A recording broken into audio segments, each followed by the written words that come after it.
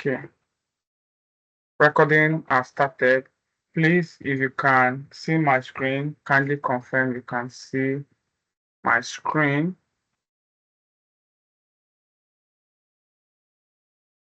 Can you see my screen? Yes, I can see your Okay. screen. Okay, thank you. So, like I said before, we are gradually moving from away from taking a step ahead of the admin center. So to begin with, we have three methods of signing into the Microsoft Admin Center. And the very first step is going through the normaloffice.com, where you would sign in.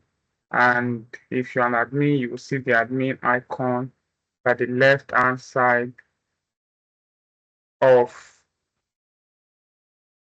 the navigation pane in your Microsoft portal homepage. Then the other way we can is if you do admin.microsoft.com, which will land you directly in the admin center. So this is office.com. Here is the admin center. If I should hit on it, it's going to take me to admin center straight up.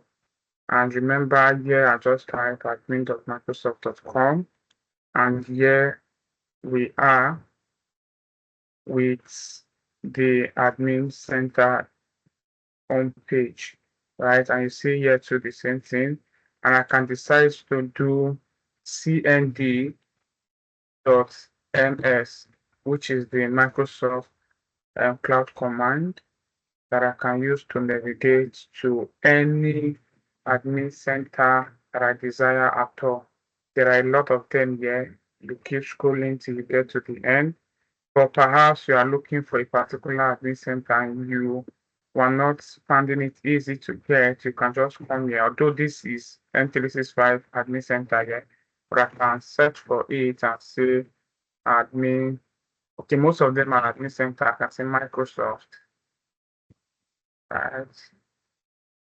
365. So you can literally search, and at the end of the day, you will still land at um, admin.microsoft.com. So today, guys, we'll be doing things and groups. And the first thing we want to look at here is the active group. But if you look at something here, it is not just the active teams and groups that is there. We also have policies, which means that you can literally set up some policies directly from admin center that will be affecting just teams and group. Then we have the deleted group and we have the shared mailbox. But then this is not the only place where you can manage teams and group, right? We have other places such as Exchange where you can literally create teams and group. So generally these are groups. So I'll just hit on active teams and group. Generally, they are all groups. So it now depends on the functionality of that group that made it either teams or group. Because some of the times, if you want to really look at it, you don't understand why Microsoft will name. So we can as well manage teams and group from the Teams app. But most of the time, this is usually from the endpoint view, which is the end users management. It's not everything that you can literally do here. But again, I would love to mention that we have the Teams Admin Center itself. Now, in this Team Admin Center, this is where you actually do the real configuration as regards anything that has to do with Teams. So these are the four tabs we'll be working on more today. And I will quickly mention as well that the Teams Admin Center is the slowest admin center amongst all of the admin centers to load. It usually takes more time than usual. Okay. So here we are in Teams Admin Center to start with. We have Teams and group and Microsoft 365 group. So when you hear me say group, often at times I'm referring to Microsoft 365 group. And we have the distribution list. Then again, we have security group. In my usual manner, I want to say, okay, let's use the Microsoft Copilot integrated in Edge browser to make research on certain stuff, just so we can be getting a clear picture of what we're about to do. But one good thing is Microsoft will always tend to explain the function of an act you are about to carry on. So now let's just look at Exchange. Let's check Exchange Admin Center and check for groups. Right now, in this group, I want us to say something. If I should say I want to add a group,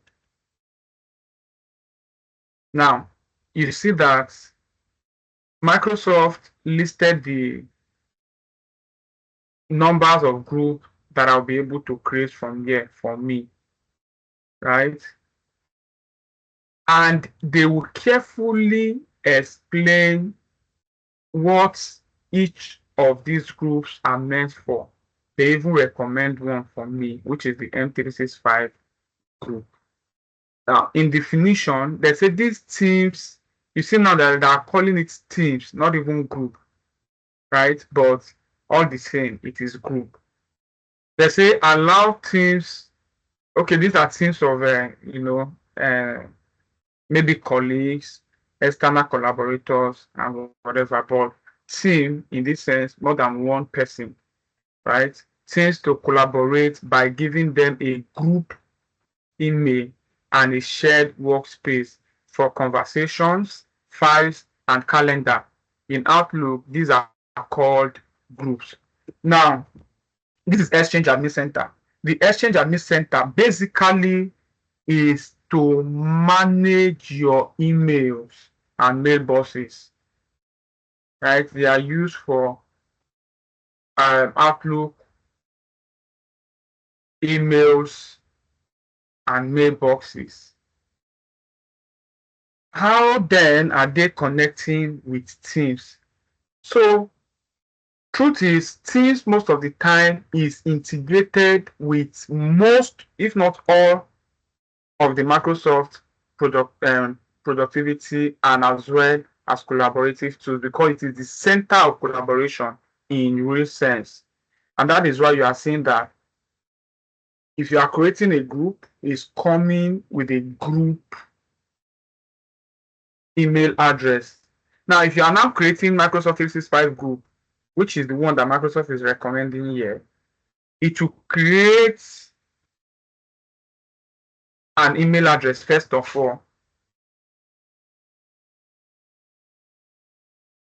that everybody in that group will have access to if an email message is to be sent to that particular group. Apart from that, they will have a shared workspace. What is this shared workspace? It could be Teams channel. It could be, so in those channels, there are different kinds of channel. Now, we have private and we have public.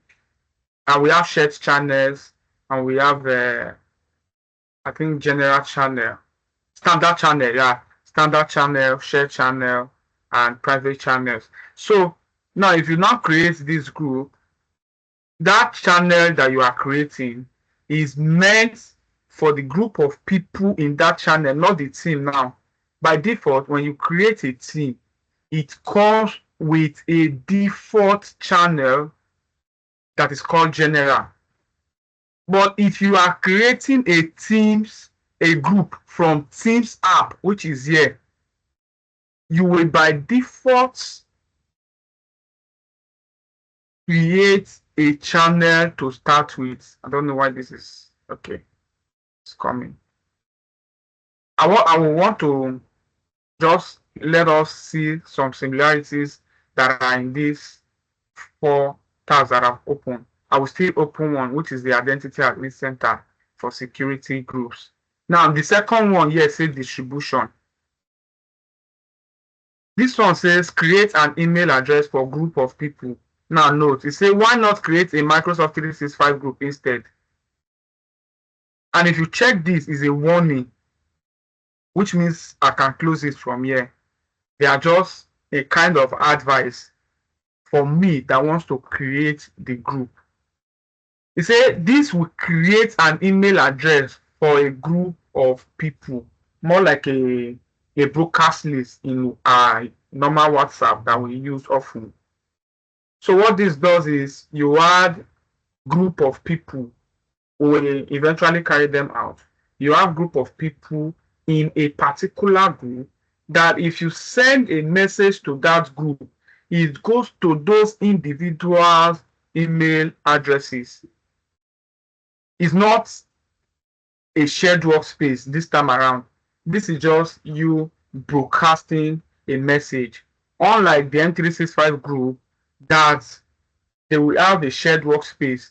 And you know, if you use Teams very well in your channels, you can create files, you can share files, you can chat, converse with your teams, you can schedule a meeting, and when you schedule a meeting within that channel, everybody has access to that channel's calendar, in the sense that if you open, even if it's your Outlook calendar, you tend to see that, okay, at this time, at this day, I have this meeting coming up.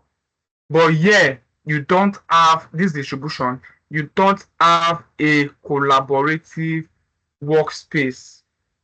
It's just to disseminate emails specifically. Now, Microsoft 365 Group have more collaboration tools like shared calendar, files, and notes. So this is just them trying to advise me if I would want to use this team or group that I'm about to create for something more than just sending emails that, hey, go for this. Now, mail enable security group. Sorry, sorry. Okay. I was just trying to follow you via my laptop, but I tried to look at how you get to that exchange. Though I'm the cmd.ms, so that is why I just call your attention if I can, so that I can Okay. follow. So the best thing is, just so you don't miss out, right? Yes, I Yeah, just want. it's cool you open stores, but I feel if you just pay attention and maybe want to try things out later will be better.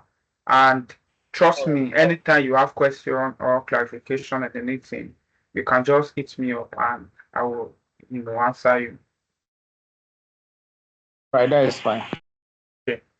So anyways, you can as well search for exchange from the cmd.ms. You will definitely get to the exchange admin center. All right.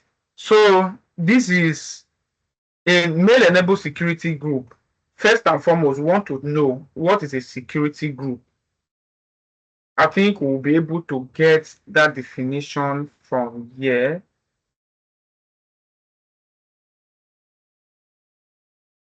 Definitely, you cannot even create a security group directly from admin center. The only place you can is from the identity, which is Entra ID admin center.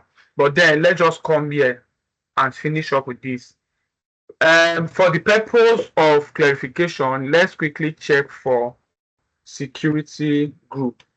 Security group in Microsoft.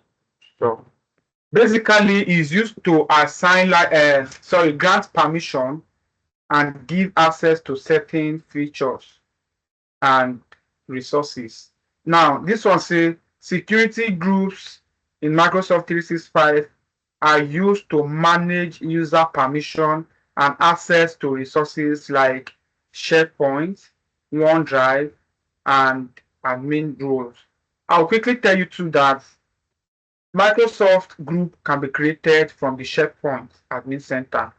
That is another thing. That when you talk about Teams, Teams is just so tightly integrated to other Microsoft productivity tools. So, and the collaboration tools rather, they are just tightly integrated. Now, how do SharePoint come to play in this case? SharePoint in this case helps to save our files that are being shared from probably our channels in groups. So when we converse and share stuff on our teams and channels, they tend to create. So first and foremost, I'll tell you that every team, every channel you create in group, whether via Microsoft Teams or the admin center or whichever place, we automatically create what we call a what we know as folder, but called library, a document library in SharePoint. Now that document library helps to store or save your files and data that are being shared from those channels.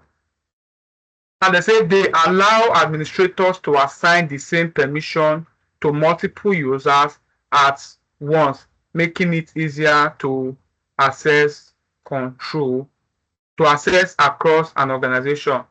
Okay, so basically, most of the times, if you are creating a user, you are asked to assign a role to that user, give license to that user, and other stuff. In this case, you can do it in a group. You can have me and have Samuel in the same group. If you now want to give that group a role, if you want to give me and Samuel the same role, you don't need to come and assign them to us individually. You can come and assign them to that group. If you assign it to that group, take note that anybody you are adding to the group will automatically inherit that permission that is granted to that group. And anybody you are moving out of the group will automatically drop the permission they were having when they are on that group. All right. So in Microsoft 365 groups, security can be created and managed in the admin center, where admins can add or remove members, assign roles, and set permission. Now, there are also mail-enabled security groups. That was where we got to, which allow users to send messages to all members while also managing access to resources. So by default, you can't send a mail or message to a security group until it has an email that is an email address that is attached to it.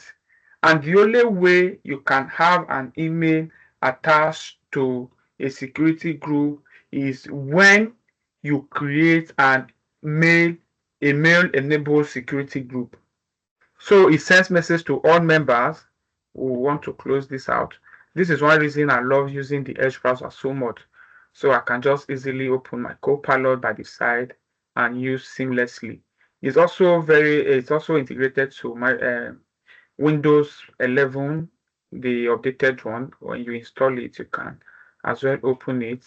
This one, the advantage is, hey, as you open it, you can literally go through every other thing you want to go through on your PC, and it will still be open down, and you can make your research and make things very easy for you. All right, that is just to mention. Then we have what we know as dynamic distribution. This is a dynamic distribution list, not really a group. Let me just close this. I don't want to distract us. So what this does is it sends mails to all members of the list. The group list is updated every 24 hours based on the filters and conditions you set. Okay, this is not really captivating when you talk about the real definition of dynamic distribution list. What dynamic? It's called dynamic because it is automatic. So what it does basically is it works with features of users. When you are when you are creating a dynamic distribution list, you tend to use you tend to assign some attributes to it for it to automatically trigger users within your organization to add them to that group. For example, you may have a branch, you may have an organization that has branches across, let's say Nigeria, across Nigeria. You have some staffs in Lagos, you have some staffs in Abuja, let's say, or you have some in Port Harcourt, these three major cities. And now, you want a situation where you can be sending emails to all the users in Port Harcourt separately at the same time, and you want a situation where you can be sending to those in Lagos separately at the same time. What I mean separately is you will send this message, it will not get to those in Port Harcourt, but it will get to everybody in Lagos. Okay, and you don't want to be sending it to one after the other or checking for who is my staff in Lagos, who is my staff in this. You may eventually miss out on some people. So what you do is you set the group, the list, you policy, more like a policy to say, okay, you want to put in these features like, hey, if this user will get there, if you want to, let's see what the time is. Okay, we still have a lot of time. So you can say, okay, you are setting this group to uh, Lagos employees. Now, attending every point you create a user, take note that if you want to create a user, there's a place for location. Then you select, you can say Lagos, Nigeria. So at every 24 hours, the group will refresh and check for user that has Lagos, Nigeria in their own attributes. When it comes to location, because you are setting location this time around, if it has, it will automatically move that user to Lagos Nigerian group. And every time, without your intervention, and every time you go to send a mail to the Lagos Nigerian group, that user will always receive that particular email. Right? So going back to admin center, let's start the work properly and see how this group propagates across all other admin centers and the Microsoft Teams. Okay, so you see here the first page here says Teams and group, Teams and M365 group. These things are actually one, and that is why you see them in the same place together. The major difference between these two is if you create a team, it automatically has a Teams presence, which means you can access it from the Teams app. Let's take, for example, how many groups do we have here? And this is the same account, yes. We have two group here. And if you come to check here, we have 4 here. We ought to have 3 here because there are 3 that have Teams presence. So this ought to have been 3. I'm not sure. Seems you own. Okay. The reason why I may not be in all of this channel is, let me see the one that I'm not in. I'm here, I'm here. Could be because I'm not a member, so I'm here, and I'm not here. Okay, let's check on the membership of this. I am a member, and as such, I should. Okay, this is owners, member. I'm still a member, even if I'm not, even if I'm the owner, I should show. Anyways, let's not get distracted by that. So, quick one. The difference is you see this does not have team status, and because of that, you are not expected to see it from the list of my teams in Teams. But I can decide to add a team to it. If I do, it will automatically come here and show up for me. But let's just start creating one after the other. So this is Teams. We'll start with Teams. We'll be using a structured text as name throughout this session. So this is particularly Teams. So we'll use test Teams. Test Teams. Now note that if you see that here, this name of team is red, is asterisk.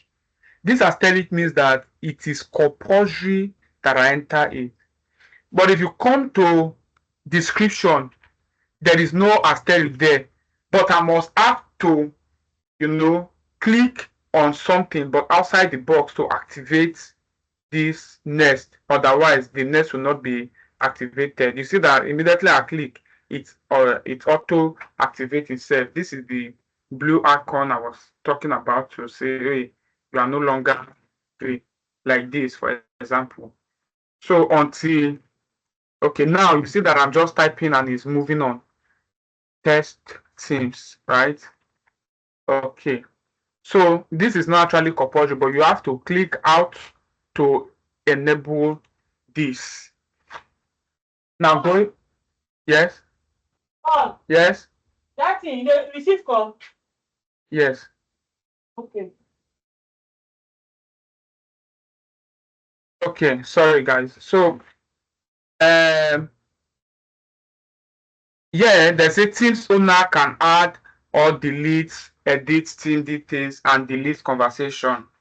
So you most times you as an admin in the organization, not most times you as an admin of the organization, you you tend to have from the admin center, you tend to have a lot of access to do a lot of things, whether you are an owner or you are not an owner.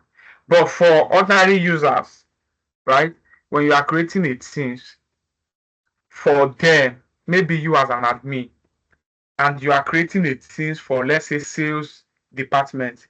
The sales department don't have anything to do with IT, and as such, they are not expected to even be admin in the first place. But you will need somebody to be managing it for them. It is not all the time they will be calling admin that they have new person they need to add. They want to work with some external organization and they need to add people to the group, and it shouldn't work. So in this case, in most cases, you want to make, let's say, the team lead of the unit as the owner of the group. Okay. And this is Teams group. It is cool that whomsoever you are adding to the group have a license that covers all for Teams, just so they can be part and parcel of that Teams in terms of collaboration. So yeah, they are saying I should add an owner. Now this is Microsoft will always give you a hint on what to do. They say at least two owners is recommended. And if you ask me, honestly, I don't know why it should be two. Usually I will go with one, but let's see why it is two. Why um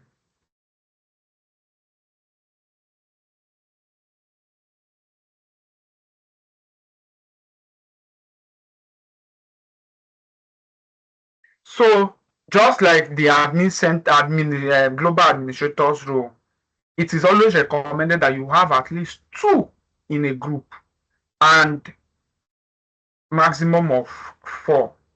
That is recommendation, right? The essence is just in case one of the admin has issue, another global admin can help rectify it, because to be frank with you, it is only a global admin that can reset the password of another global admin. Recently, we learned that the password administrator can do that. Okay, now look at it. Microsoft recommend having at least two owners for groups to ensure continuity and management efficiency. If an owner is unavailable due to vacation, leaving the organization, or other reasons, the second owner can step in to manage group settings, add or remove members, and oversees permission. This setup prevents situation where a group becomes orphaned, meaning no one has administrative control over it. Without an owner, members may lose access to important resources and the group could become difficult to manage. So you see why they are recommending two now. Just so the same case for the global administrator. So in this case, I want to make myself, and I must tell you that over over last week to the beginning of this week, I was having issue accessing this particular account. Thank God that I had another global administrator in the person of Chidima, who will now help me resolve this issue for me to have access to the account and rectify the issue of this Emmanuel. We were all having issues. That is the power of, that is the much you can do with Microsoft 365. Like the possibility of what you can actually do is just too enormous. You cannot really, picture what you can do with it. You can just be doing stuff and doing stuff, right? So in this case, let me just make myself an owner. I think I'll be good. Only me.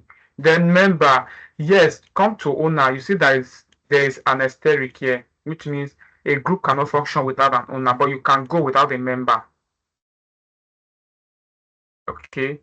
Member have access to everything in the team, including chats, channels, and files. Team members can invite guests to join your team, but they can't edit any team details. Now look at something here.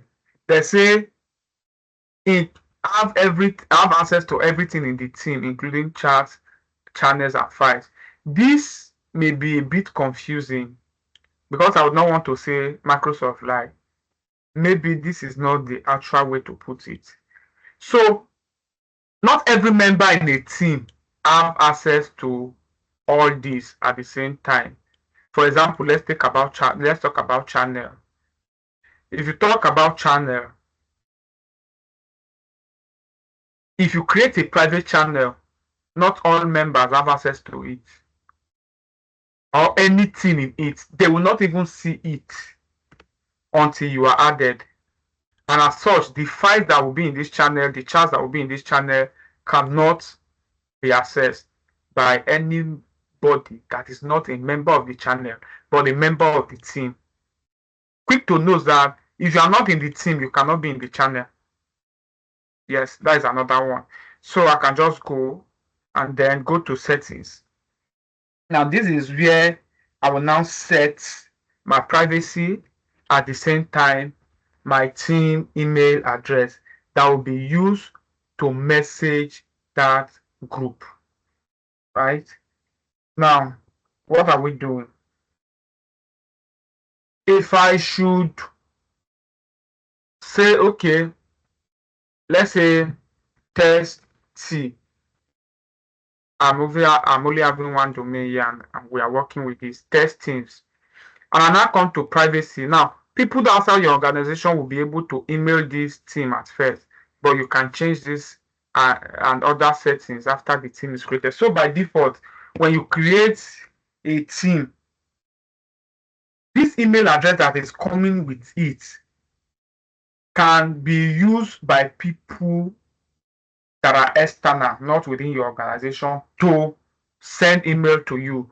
But if you don't want that to be happening, you can go ahead and set it to only your organization's people or stuff later. We will get to see it. And here you choose the privacy of the group. This is what this does. In this privacy, people can join without approval from an owner. Like anybody can just come, join, go, right? But in private, people can only join if they are added by an owner. It is not now. This one says I'm not sure why it's not completely showing the description, but the reason is not shown. This one particularly is shown in the general group um, page, like hey, you can just request to join and you are there, right? But this is not shown to anyone until you are added by an owner. So if I next, this is me just seeing the summary of everything I have done. And if I'm not pleased with anything, I can go back and edit it before I say add a thing. Now we successfully created a group, and this will automatically come and be created here. You see that it is here already. Teams, sorry, test teams. Where were we? Yeah, I can just close. Test teams. So from here now, this is just a normal end user stuff, right? But I am an owner. I don't need to be a member. So as an owner, I'm automatically a member of this team. So I don't need to really be a member. So I can manage it. You see the default. What's going on? The default channel that comes with it is general. And this general is a standard channel. Everybody that, if we have had like 1001 people in this group, they will be in this general. This general before now cannot be edited, but now you can edit it. You can now edit the name. Before now you can't do it, but this is the warning. Once you rename this channel, you won't be able to change the name back to general. The name will update for all things member. Now, if you update this channel, you can subsequently change the name. Oh, that is not a problem at all. But you can never rename it back to general again. Maybe they are just giving that warning because general has been used to anybody. And because I am a member, I'm an owner of this team, I can add the channel, I can add members. Let's do add the channel, and we add the channel A B C D channel description. See, please, it is very important as an administrator in a standard organization, whatsoever you are doing, always include a description. Why? Just so in case you leave the organization, the next admin that is coming after you will easily understand why and what that particular thing is meant for. And then they can just pick up from there. But because this is test, like I can just say for test, right? Just so the next administrator is coming, okay, this is for test, okay. It has nothing to do with the organization. Okay. We don't need this, right? It's just that easy. Now, if you now come to channels, the type of channel I want to create, this one says everyone on your team has access. This is standard. Like, in as more, if it is standard now, but I have general, you want to ask, why am I creating another standard when everybody in my team is already in general? So that is what is there. And out of curiosity, I want to know, because I've not really thought of it, right? Why should I create a shared channel in Teams when I already have the general channel? Now let me know why because I don't really know. It's a great question. Why the general channel is automatically created for everything and serves as a default space for broad communication. A shared tab channel offers more flexibility, especially when collaborating with people outside the organization, outside your team or organization. Yeah, you might want to create a shared channel. Here is why rather. External collaboration, you can invite people from outside of your organization without adding them to the entire team. Now you see it now. You see, Microsoft has a way to narrow security. I've never thought of this, right? They have a way to manage your security for you is always one of their priorities. Now, selective access. Only members of the shared channels can see and participate in it, unlike the general channel, which is visible to all members, even though it is still a shared channel. Don't forget.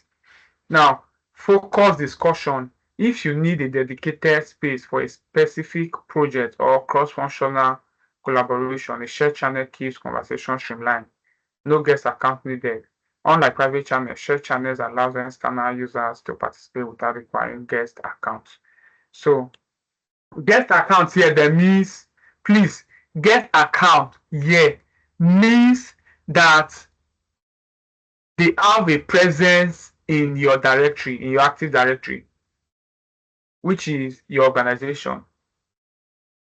So when they say without requiring guest accounts, meaning that they can be from, and you can use your normal Gmail to be part of the team, of which is for another organization entirely, without being a particular tenant, without having a presence here.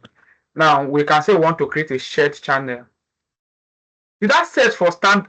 What is wrong with me? Oh, I was to search for standard. Sorry. Not shared. I was wondering. Why should I create a standard? So, general group is standard, not shared.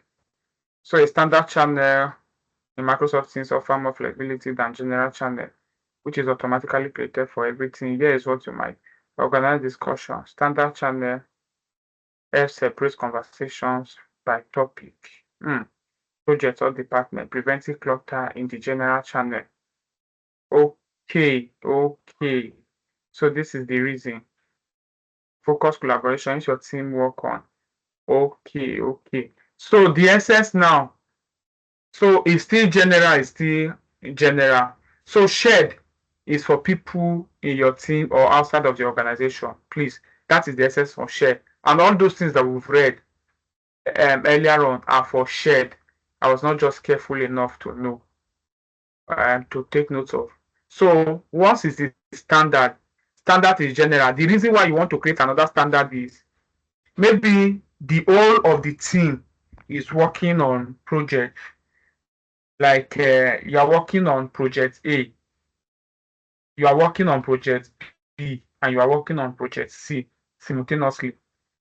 You don't want a situation, and because you don't want to be adding one person, you can't say private group, and then you're adding the same set of people in that group, and then another private group, you're adding the same set of people in that particular group. So you can just go ahead and create another standard channel. Then you name it project A, which will automatically add everybody in that group to that project, which means you can still collaborate effortlessly.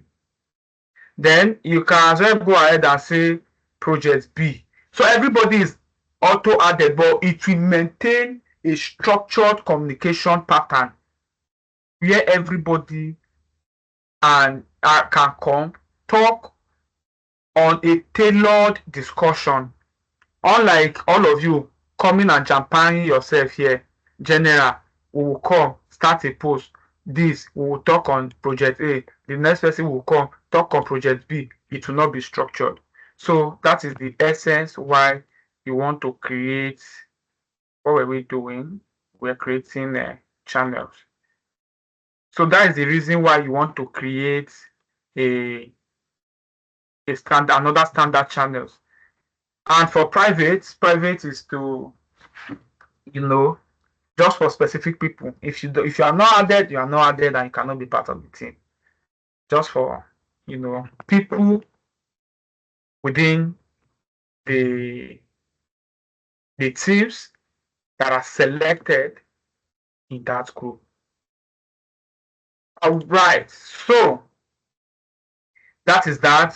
Share channel for everybody, as well as people outside the organization, and even people, you can as well add people that are not even within the teams.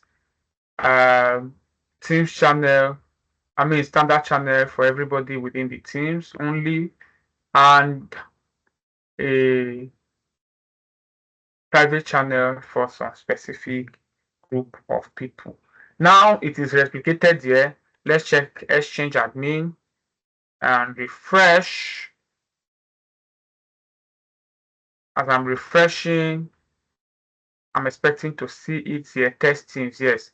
So what this is just doing here is, hey, it's just coming to, because of this guy. This is why it is here, just because of this guy. It has something to do with emailing. So if I should send an email to this group, every member of this group will see that email.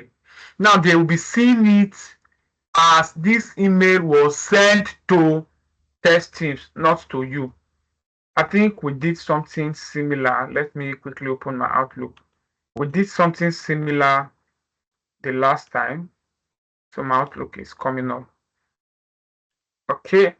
So you see it replicated there because of this, this email. That is the essence. And you see it as a Teams presence. And that is why you will see it here, you will see it here, you see it everywhere. This is Teams. This is the Obonga of them all, the Teams admin center. But let's go. That is for Teams. Okay. If we should add a Microsoft 365 account, sorry, group, bad. So here you see M365 group, test M365 group, test M365 group. Remember, it will be grayed out, but yeah, it's activated now. Now, is it if you have at least one owner, we are recommending adding two, so one can help out in the other's absence. If you plan to add Microsoft Teams to this group, all owners must have a license that includes Teams. This is a must, right? Before you can be an owner of a Teams group, you have to have Teams license. So I'm still using myself as the owner. Let me add Samuel in this case. Samuel, please, if you get any notification, you can open your Teams as well. And even, I think they should send you a mail to tell you that you are there to a certain group. Okay. And let me still do this. Let me still add myself as a member. Yeah, let me just do that. So I will do 365. So we are going to send a mail to this group. Let me quickly sign in here. And sensitivity now is do non-public. So business data that is specific, prepared, and approved for public. Sensitivity. I don't understand this. Hold on, please. Let's check. I think it's a security display wherever you receive a mail. Yeah, there is privacy. There is privacy setting for public and private.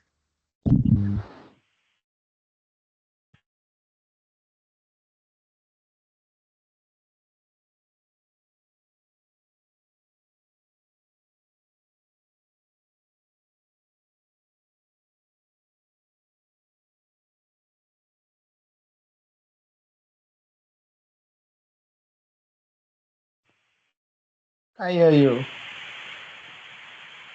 Hello, Paul.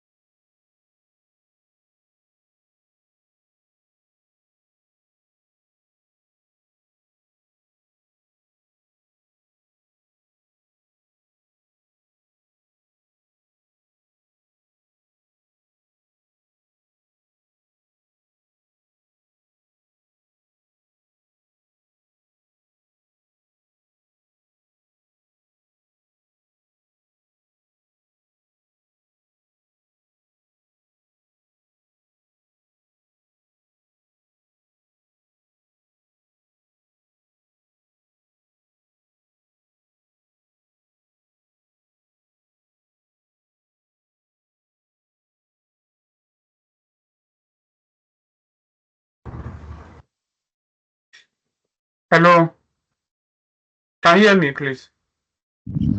Yes, I can hear you, but we Oh, lost you. yeah. So sorry, my network, my phone got too heated, and because of that, come on, let me see quickly. Okay, so I'm going to share my screen again, please. Um, yeah, okay.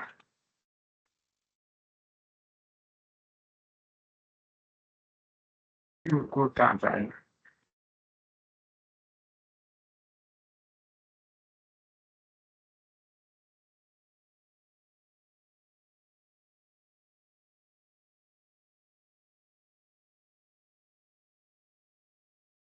So, privacy or public external this case.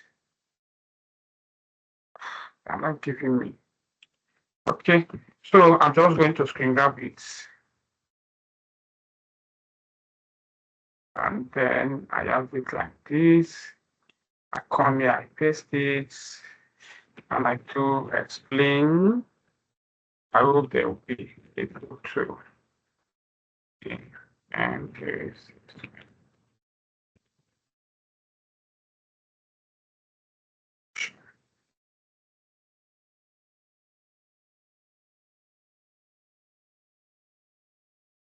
so creating Microsoft Teams allows things to collaborate effectively. Yeah, I'm not talking about this test. Group sensitivity, yeah. Says group sensitivity. Sensitivity labels help classify and protect the group's data. Option includes none and public, affecting how information is shared.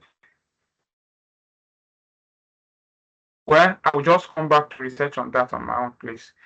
So we don't get ourselves delayed. Okay, so yeah, we can decide to make it private or public. If it is private, means that it will not be available for everybody in the organization to say, okay, they want to join. But if it is public, everybody can say, hey, they want to be part of this group. Okay. And then you see here, add a Microsoft Teams to your group. And now they now say role assignment. You can't add, so I can literally click on role assignment, right? But you can't add things to role assignable groups.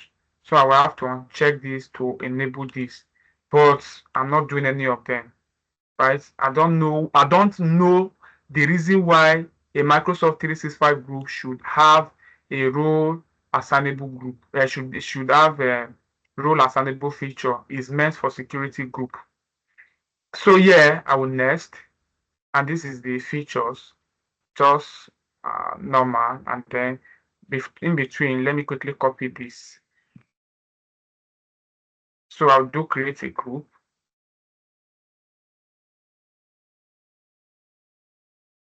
So this group is created. Let's look at what it has for us. 365 group. You see that it doesn't have a Teams status, no Teams present. If I should come to my Teams, it's not here, it's not here. There is nothing we are doing about it. Absolutely nothing, right? But I can come and say, okay, I want to add a Teams present. There are two ways to do that. If I click here, I can say add a team. But if I open it like this, as if I want to edit it, they will always give me this option here to say, would you like to add Microsoft Teams to this group? If I say yes, it turns from Microsoft 365 group, just the normal group, to Microsoft 365 Teams group, adding a Teams to test M365 group. So back to my, okay, let me just hold on. So this now, if I should come to my Teams, you see it here, it's replicating, and it automatically have the general channel, which is a standard channel, like we mentioned. So let's even create a Teams channel and see the difference it has. Okay, so add a channel and test channel 1, and then let's make it private. I'll create. So you see now there is a key here. add a member, relieve member. There is a key here. So let me show you, please. Add the member. So most of they are not going to list the member for you. You will search. Now, if I'm searching for Samuel now, Samuel will be here because it's part of the team. I can say Samuel, oh yeah, come. If I'm searching for Chidima, I'm not expecting to see Chidima, even though she's in my directory because she's not in the team, right? And I'll do. Now I can decide to say, okay, make her a member, make him a member or an owner.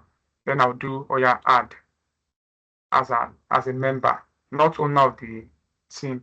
Now, if I come to general here, I think I'm doing a lot at this junction.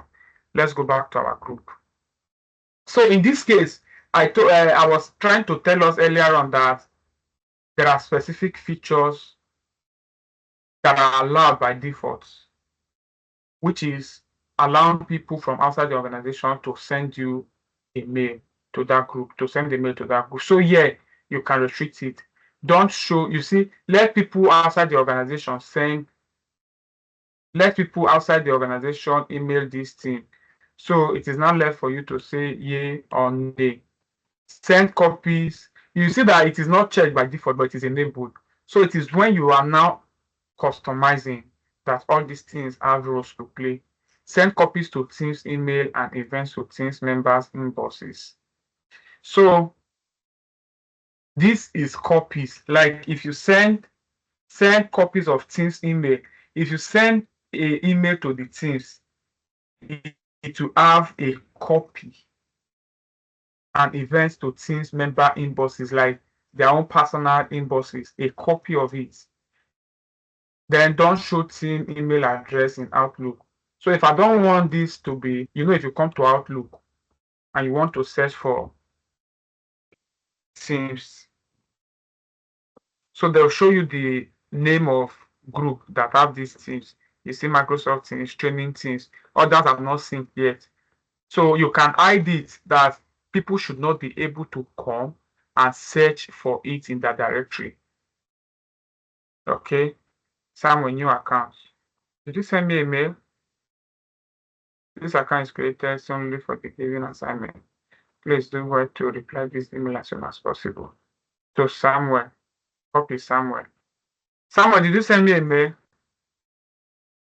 last week? This account is created solely for purpose of giving. Please do well to reply this mail as soon as possible. Oh, I am the one that sent it. No, I'm the one to Samuel. Why am I copied? Anyway, you see here they say you join ABC. Welcome to ABC group. Which email is this one? Today, it's 25. I think it was where you were trying to fix my. Yeah, I think so. I think so too. So here you can set all of these. External file sharing, new and existing. Sorry, let me just quickly fix this my network just so it doesn't. Let me on the fan from this. We're cooling this down.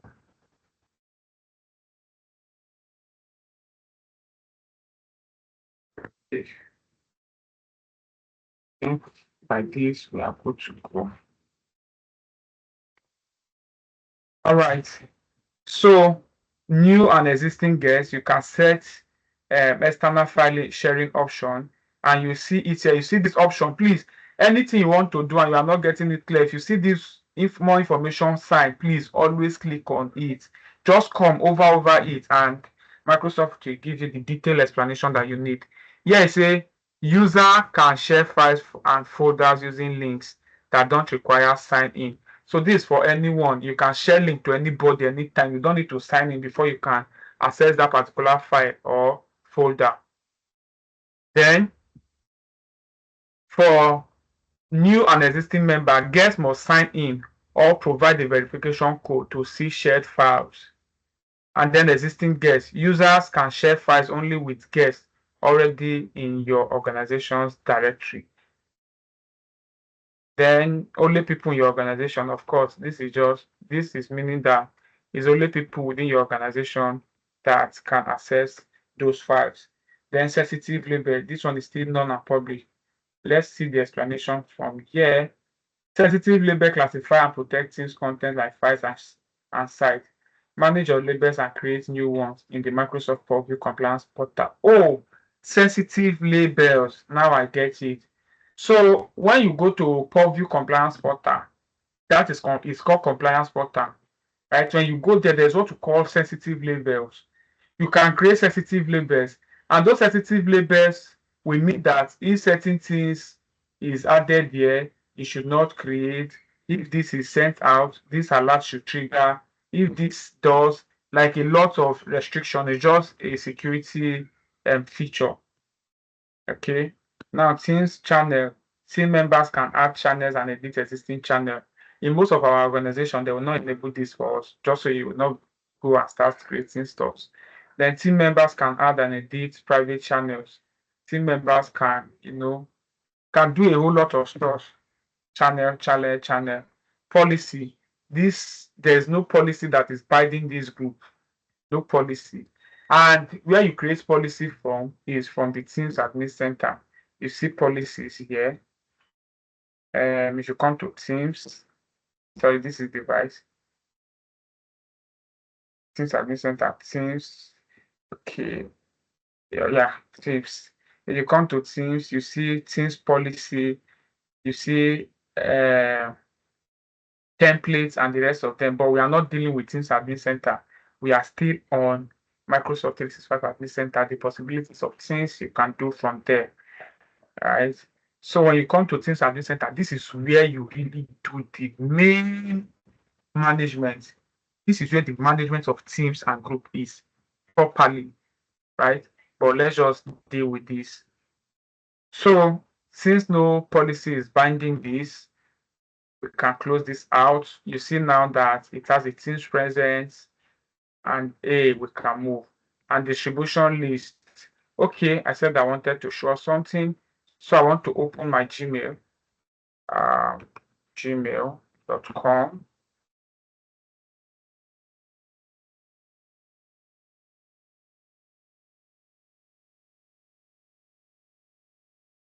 And then let me just clear this. So if I should compose an email and send to this guy here, remember this group, we just created the email address, and I do test, I do for test, then I send, message sent, right? Then I'll come to my Outlook.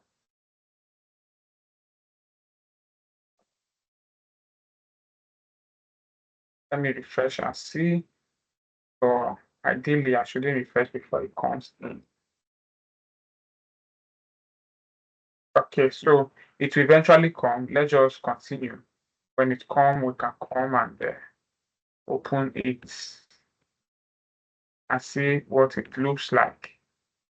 Then we are in distribution list. Distribution list, we may not really. Okay, let's just create one and see. Oh, we are still in an Exchange Admin Center. That is Exchange. So this is distribution list. If we say add a distribution list, the same way, and test the distribution. Then we next owners, at least one owner, two owners. Okay. Then let me just add myself again.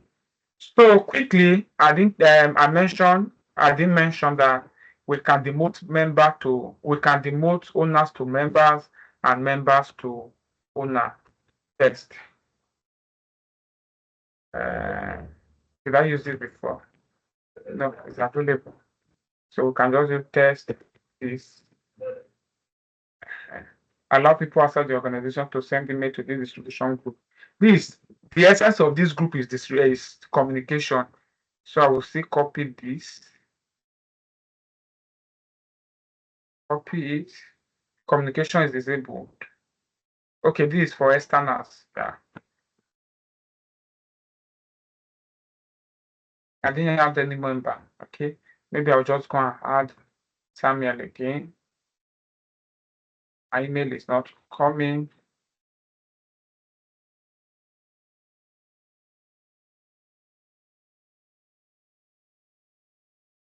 Okay, distribution list of group is created. And always check out this sync status. You see cloud here, right?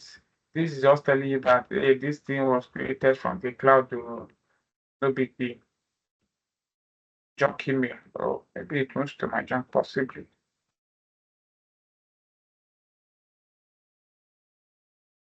No, that's still there. So that's to wait. That's wait, wait and wait. Okay. That was somebody inviting me for collaboration.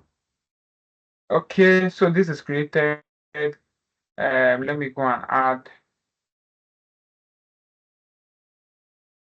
Samuel. View and manage owners. No, it's members I want. So yeah. Okay. You see now that I can remove owner. Do you know why? Because we have only one owner here. But if I have two owners, that is not mode of demoting or promoting member to, not demoting owners to members uh, or promoting member to owner. So here now you see I can remove this guy. I can as well remove this guy. But if I should remove one already now, if I should remove this guy now, I'll not be able to remove the other one again. This is saying that you must have at least one owner in a group. At least one owner in a group. So remove is grayed out for me. Let's see if I'll still be able to manage this group. Yes, I am still able to manage it. The reason because is I am an administrator and I am operating from the admin center. So I have a whole lot that I can do with it. So if I should add these guys, I'm going to send a mail to the email address again and see what happens. I just hope they will deliver on time. I don't understand the reason for this delay anyways. So I will add this guy, test2, I'll do test. Let's do a pass. Okay, message is sent. We are waiting for it.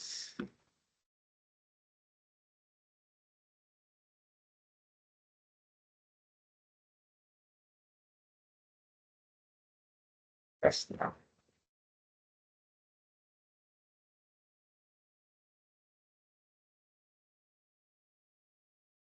Okay, so there is groups too. Zero group care. Are you kidding me? So there is a group folders too, right? That you can come to check. Is it this that I sent? Yeah, where you are a member of and the email address that are there. This is a welcome stuff. Welcome to M365 group. This is them just welcoming you, right? This from your Outlook. These are your group email address. And this one I belong here to. Then deleted. These are groups that I was a member of that I've deleted. So I've deleted this group, but they are still available for me to look at from here, right? So this group was deleted. This. Restore the group conversation files notebook. So I can literally restore. Wow, this never occurred to me, but then I know that today now. Okay, this is just a test. You've joined test group. So this is just a normal mail. not the regular email. I see that this normal mail is sent to, this message was sent to me. So I'm expecting the other ones to deliver. When they deliver, you not see that to me again. The to will now be the group name, while I am having a copy of it. Other people in the group will also have a copy of it. I also sent to this guy to distribute to us. So we'll be waiting for it. Now, security group. In security group, we have two kinds of group. And in this group, if I should hit on this, add the security group, it will take me to Azure portal straight up. That is what it. Sorry, really.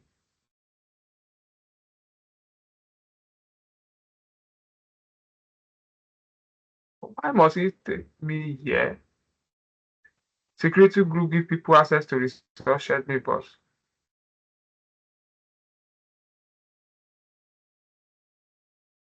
I'm getting confused. Hold on, please. Let me access identity. That's Entra.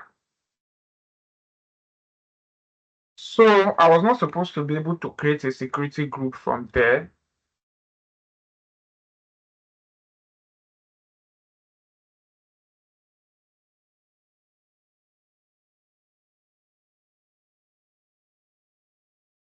So yeah, let me sign in.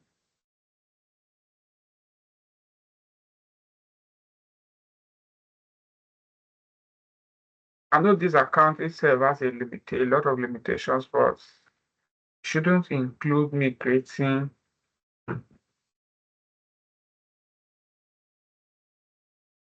These are not still coming yet.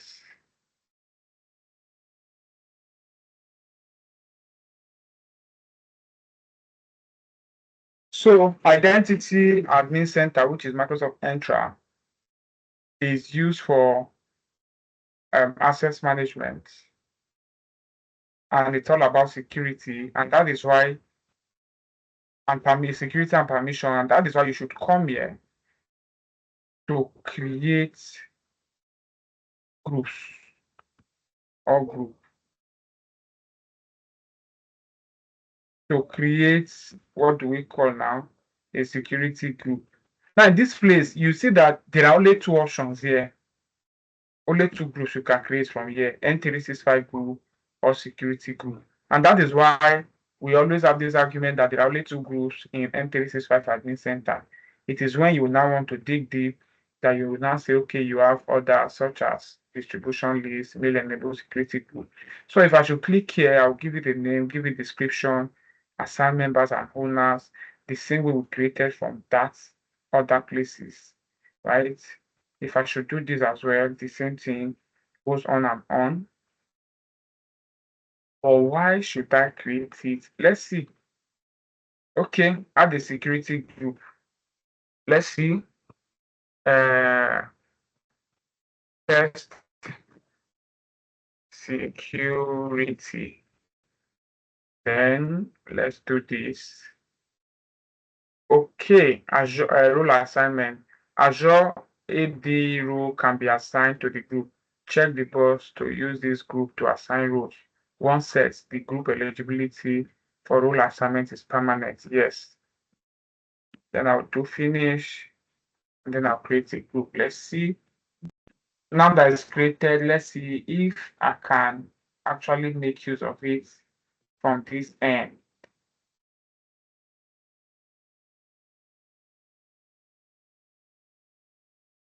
Okay, I can add group owner. Let me add myself.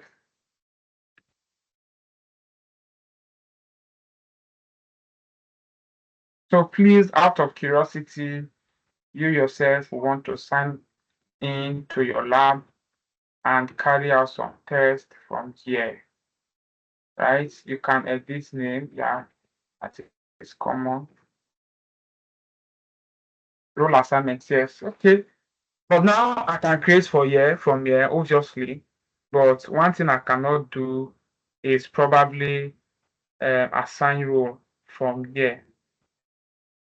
So I can say manage role. can. Oh, perfect.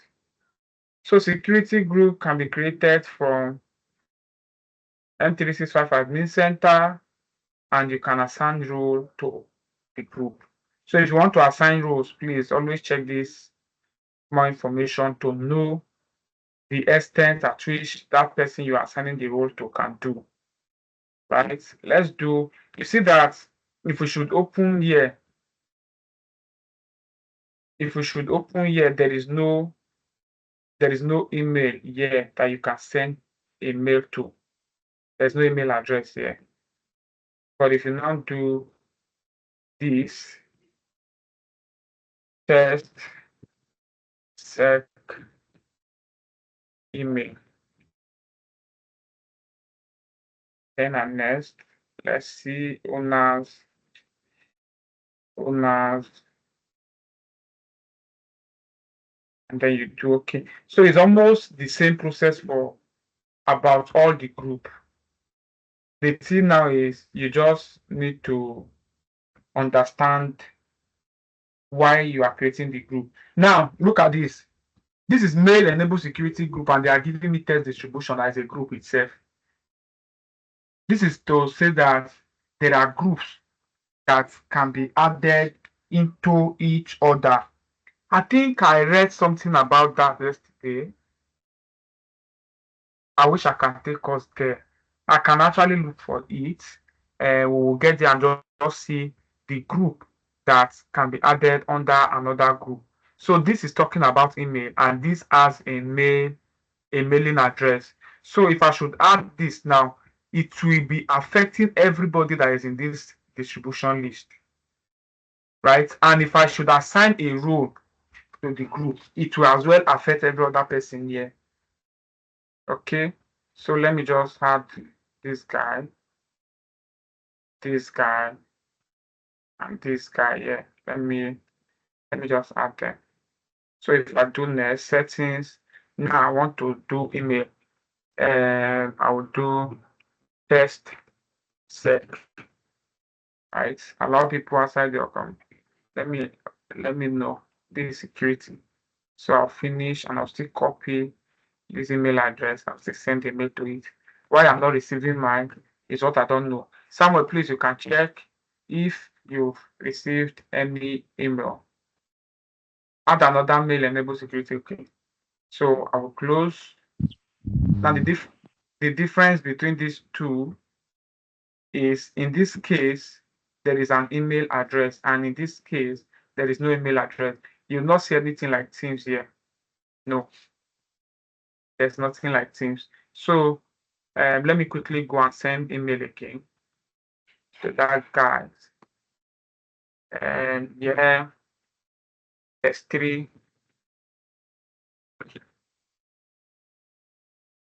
test. Then I'll send, expecting to receive it. This guy's spam. Your message to Microsoft is typed out. This is a message in spam, similar to message. Oh, the message did not deliver. Why? Sender not allowed. Now you see, sender is not allowed. Is probably, maybe I don't know. Maybe I restricted external user from sending mail to me. Maybe I will check and see. But I know others that have gone. So it's talking about delivery now. Even this, okay, there is. Even this says it goes this, but I'm still yet to receive any, which I cannot really figure out why at the moment.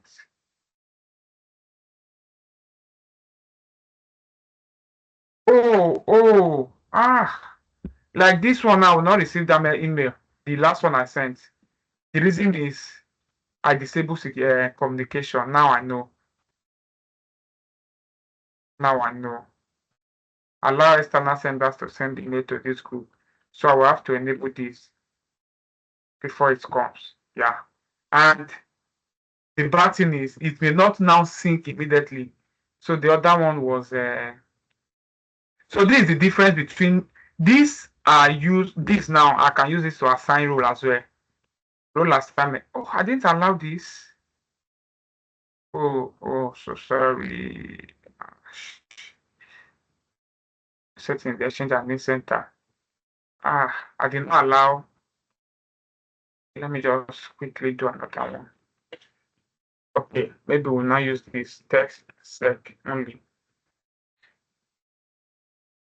Add owner quickly. Owner. Then members. I'll stay at the same set of members. So, and one security group can be under another security group. Please take note of that. Let me quickly do this and add and test sec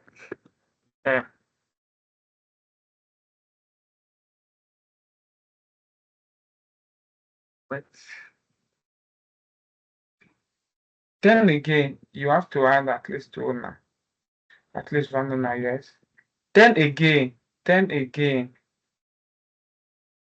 is no place that says I can or I should allow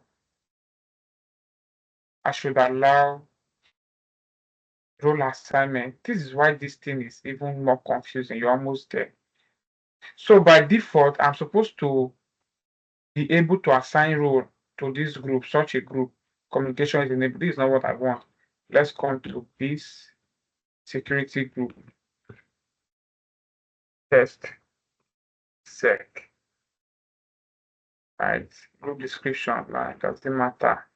Microsoft Entra roles can be assigned in this group. Yes. Let's do yes. Membership type. So select dynamic or assign membership site to this group. So in terms of dynamic, you can say dynamic user. Now, when you now say dynamic user, you now come to add query. You are doing a lot. You are doing a lot, right? We can do, you see configure rule. Here you want to configure some rules, and these are the operators you use. Here you see and or. This is the first one. You don't need to do any other, or this is just a property. What property? Object ID. Okay, or should I do city? Then operator.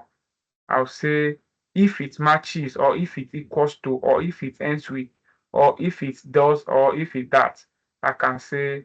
So this is me setting a dynamic security group now. Most of the time, let's say I want to use department. Let me not use that. Let's say department. And let's say my IT department all are admin. Or I want to assign a particular admin role to all of them, maybe a user admin role. I can come here and do department, not all. I can say equals IT department. Then I can now say, okay, add another one. This one is standby. I'll now say, and this is a rule, and or if I do or property department, I'll now say equal to, let's just stick to equal to, I'll now say security. Maybe the person is in security. Let's not use equals to. If anything, any with security, in as much as anything related to security is in his name, it should go. But if I use and if that person has that only IT, it will not go. If I use and, it has to have both IT and security. So in this case, if I save, I don't need to manually be adding members here. Any member I create and I put IT, yes, and this, it will just automatically come to this place, but not to assign roles to them. If I disable this now, the membership type will be assigned, meaning I would have to come and assign members by myself. Then not like, unlike that one that I will create before I come to add roles. I can just add members from here. I can just add members from here. These are group. These are group. I can add another test security. Like this is group, this is user, this is application. So there is also for application, like this thing is kind of wide, but it's okay, right? Then if I do select, we have two members, then owners. Owner have to be human being, of course, to manage it. So there is a way you use these security features and group to as well manage applications. So I can say, okay, I want to assign a role to these people, user administrator, user admin. So this is what they will be able to do. And I do select, I'll just move and I'll do create. Creating a group to which Microsoft Entra roles can be assigned is a setting that cannot be changed later. Are you sure? Yes. So it's creating. These are all my group. And now I have it as a sec, where is it? Okay, test sec. Let me refresh. Is it right? So this is the mail enabled that I created earlier on. Test sec, this is the one I just created. Membership type assigned. Okay, it's not mail enabled. So let's open this mail enabled and see what we can actually do. It's a security group. Why is it not opening for me? Okay, I cannot really open it.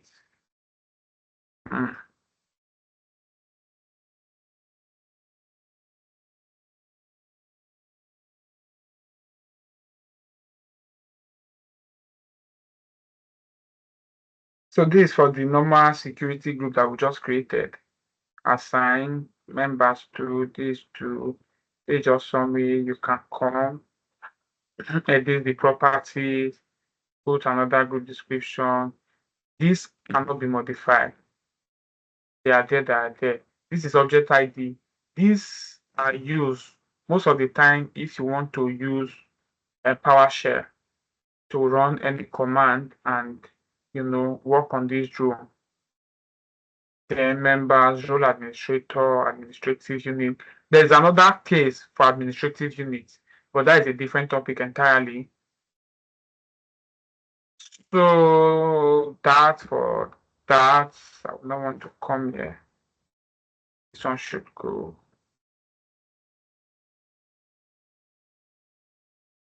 And you can export them.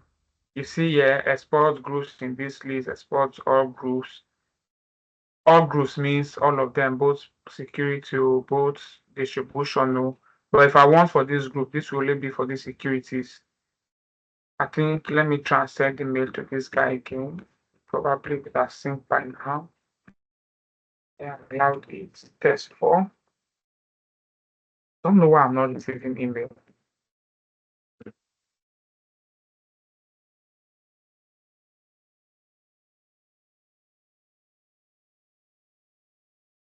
Okay, probably some I blocked anyways. But I can't tell. Let's see if this will come. I have as well sent this now.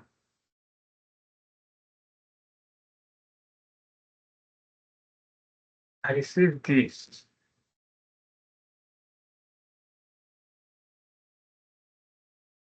I received this that I just sent. Test 4 just came in. So you see now, this is what I wanted to show us. Maybe the other ones I didn't include that an external person should be able to send email. So in this case now you see that the email is for test sec email and test sec, not to me. But because I am a member, that is why I am receiving it. And the email is test. I can as well reply and stuff like that goes on and on. It's not what I needed. Okay, so that is that. And If you check others, yeah, this should be to me as a person, Paul Oboyefo. Okay, so active teams and group. So policies, there are policies I can create from here. I mean, see from here rather, not create, please. I can only see them. If I want to create policy, I come to Teams Admin Center, and this is where I add policy. So by default, one policy comes with the organization, which is global. In fact, every admin center that has to do with policy creation always come with global policy, which is all white. So by default, it is applicable or assigned to every member of the organization. If you now want to streamline stores, that is when you add one. I can say, oh yeah, name of policy. I'll say no. What do I do now? Let's see what I say. So invite external user to share channel. If I do this now, I can now come and rename it as don't invite external users. So I'll now put description, create private channel, or don't create, join external share channels or whatever. If I apply, you see here by default, it's saying default policy 1, custom policy 0. But because I have customized this, I'll now do, oh yeah, view users. There is no user. Oh yeah, what do you now do? How do I now add members? So if I should come and open it, it will still come to say, oh yeah, modify it or this. If I now want to assign it teams, manage teams. If I now want to assign this policy, I can come here. I can even come to user and say manage users. You see that even here you can manage users, right? If I come to this guy here, just coming up and I do policies.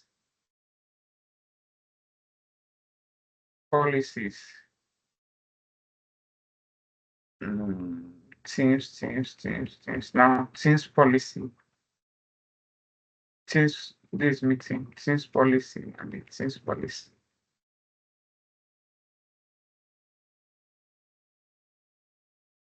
Team policy.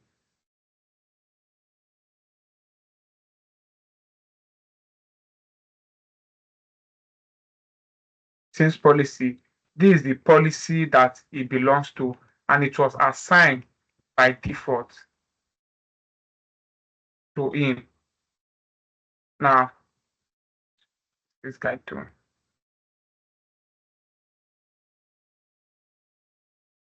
Teams policy. Okay. Yeah. I can do manage users. I can assign users. Then work on assign users. You can't assign policy to users. Don't divide. How? You can't assign policy to user. What the user search by? How? Why?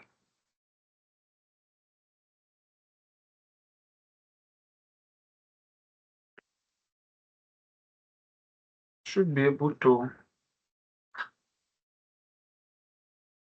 assigning don't divide to this selected user might take some time to take effect. Now, if I confirm and go back to that user, right? If I should go back to that user and I select Samuel and I come to policy, and I go and look for teams policy, you see now that it has changed and is now saying direct assignment. That means it was assigned to him. Any team, any teams that Samuel belongs to, even if the team says invite external user, Samuel will not be able to invite external users by default, naturally. but it's a global admin, of course, if you go through the admin centers and stuff. And here you see there are meeting policies, there are teams policies. Now we are in this meeting, I can decide to go and say for meeting policies, there's a meeting policy.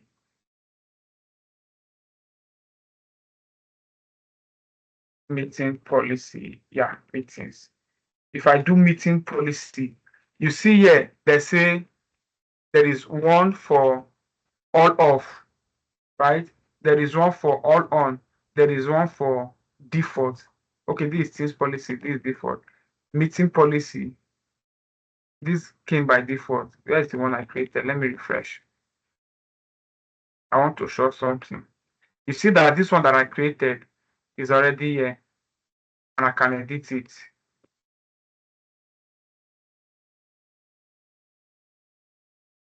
But I cannot create. You see that invite external users to share channel is grayed out. And if I come to users, it should have shown. I don't know why it's not showing, but it should have shown. But I cannot really add from there, and I can edit the description. There is nothing here, right? Then this meeting policy, all off, all on, means that as we're in this meeting, what is guiding our meeting currently? Because most of you join with uh, external accounts, like that is not in my tenant, and some join with unverified account. So I think this is the last thing we'll talk about. Time is fast spent.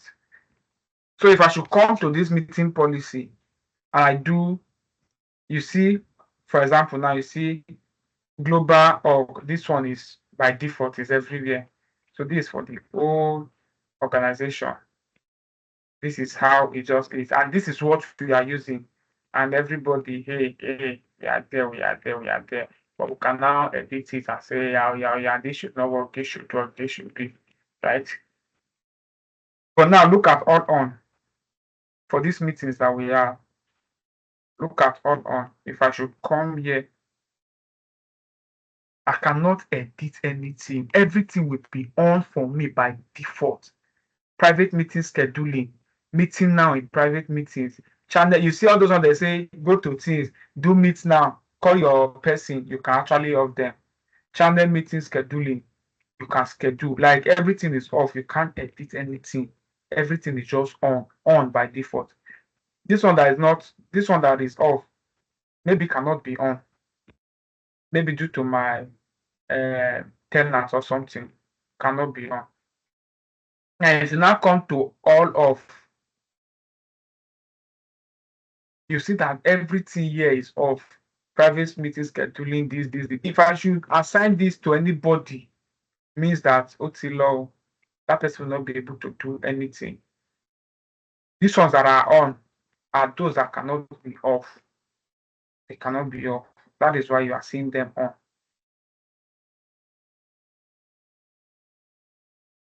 So all of restricted anonymous, know this. You can do restricted anonymous.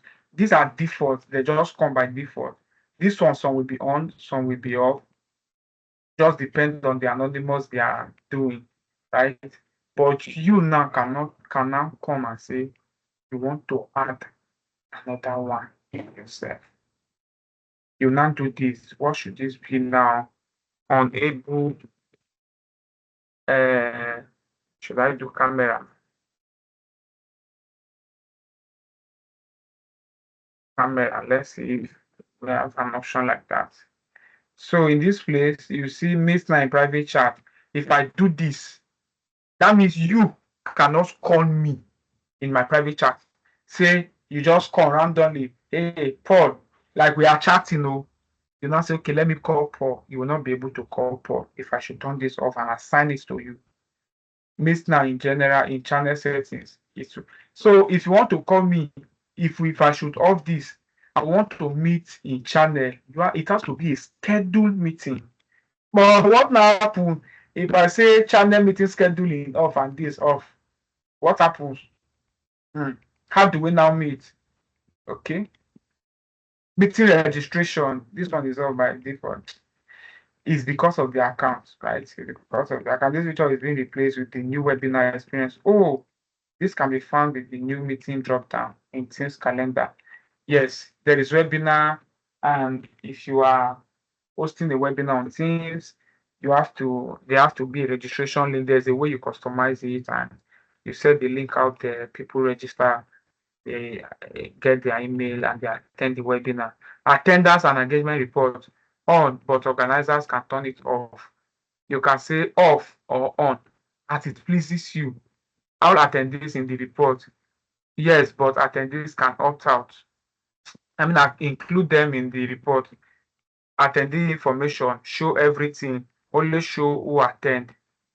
You know, this is meeting and lobby. Who can bypass lobby? Is this for everyone? Is it for, like, if I should off this, or let's say on for everyone, but anonymous user, if I should select this, anybody that is joining with unverified account will not be able to pass. You will have to stay at the lobby until somebody admits them in. If I say in meeting for everyone, in meeting, like if I say off, like nobody, you have to invite you first. Yeah, I mean, I have to accept you. External meeting chat, whether external people should be able to send chats or not. Question and answer, we always have this, but we can off it so that we don't use them in our meeting settings. Reaction, all those thumbs up and this, I can decide to off. Like, right, who can present? Screen sharing, is it entire screen, single application? You know, if you want to share screen and they say entire screen or single application, now this one we can streamline it to say only this application you can share, and you have to select it when you want to share. Present, if I say only me or only people and guests, anything you can actually do on these settings. I know there are some that will not be available for me because of the nature of the tenant I'm using. Audio and video conferencing, this, the much I can go from here. So that is the policies that you are seeing here. Deleted group. In deleted groups, so deleted 365 groups will be shown here for 30 days before the group and its associated data are permanently deleted. If you need to, you can restore a Microsoft 365 and its data within this period. All groups are permanently deleted immediately. But in case of security group, we created some, right? Let's see and delete. Let's delete a security group. Test sec, where are you? Oh, security groups. Let's delete test sec. Are you sure you want to delete this group? Yes, delete. Close. Let's go and delete another Microsoft 365 group. I'm doing that by using SM365. So I'll delete this. Are you sure you want to delete? Yes, you can. Now look at something. In deleted group. Did you notice something? Please, if you notice anything, just unmute and speak.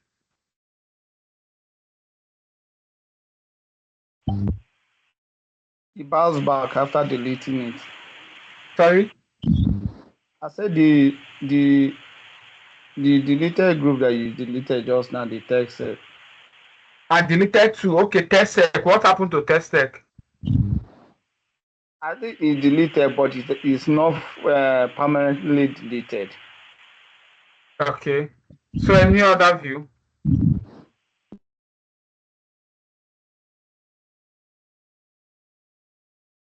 So what just happened is if you delete a security group, it permanently deletes. There is no option for you to restore it back. Once it's deleted and it's going. Unlike N365 group that you just delete and they will come here, you have option to restore.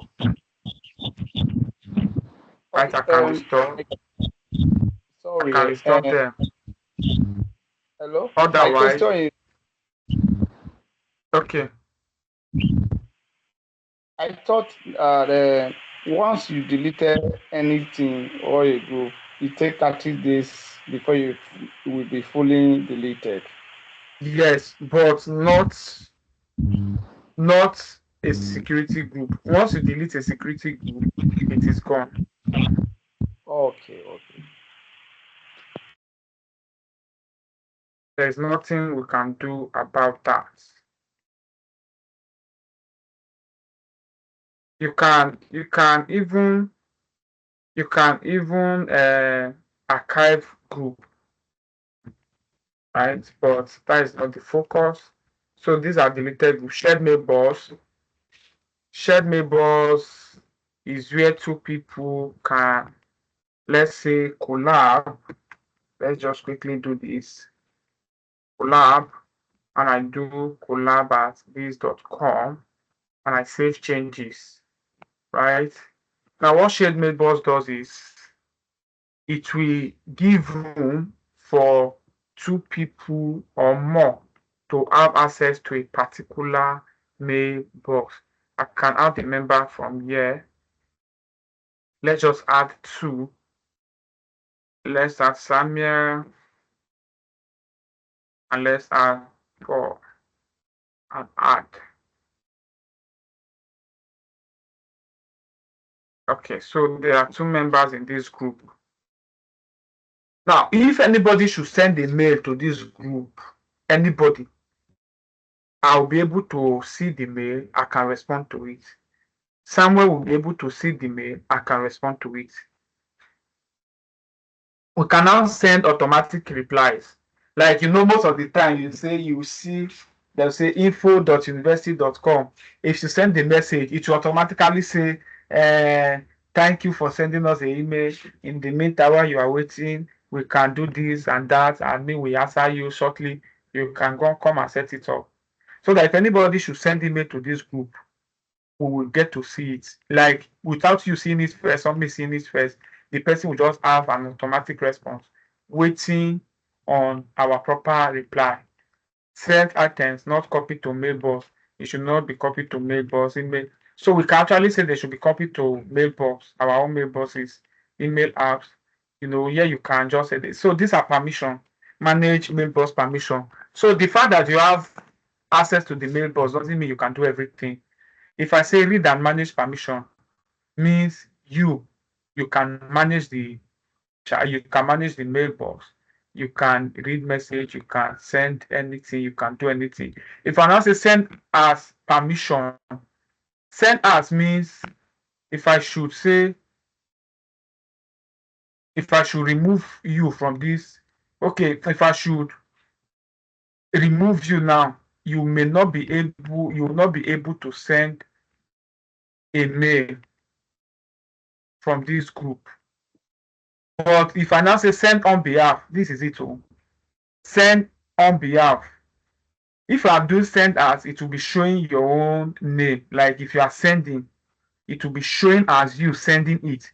If I say send on behalf, add permission, and I now say kindness, for example, and I do add. Now, when kindness send a mail from this group, it will be sent on behalf of. It might be kindness sent on behalf of collab@polandi.microsoft.com, right? Now, how do you really show a global address list so anybody can search for this and send a mail to this? So if I should come here now and do open another mailbox, and then I do, what's the name again? Oh, collab.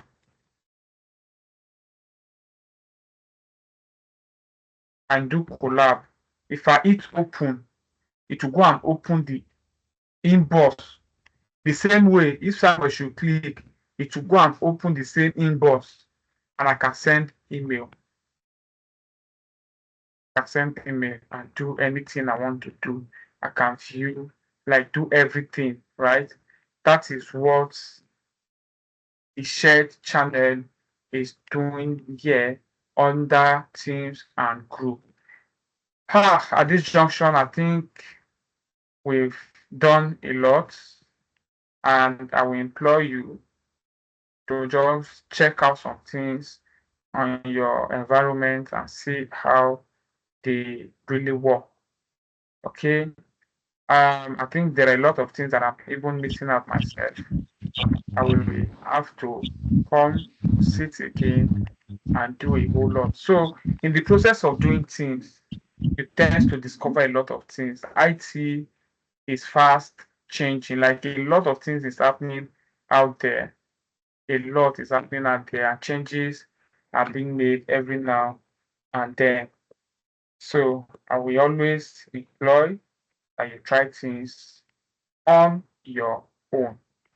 At this junction, I want to end this recording now. And if you have questions, it's time for us to see them together. Thank you.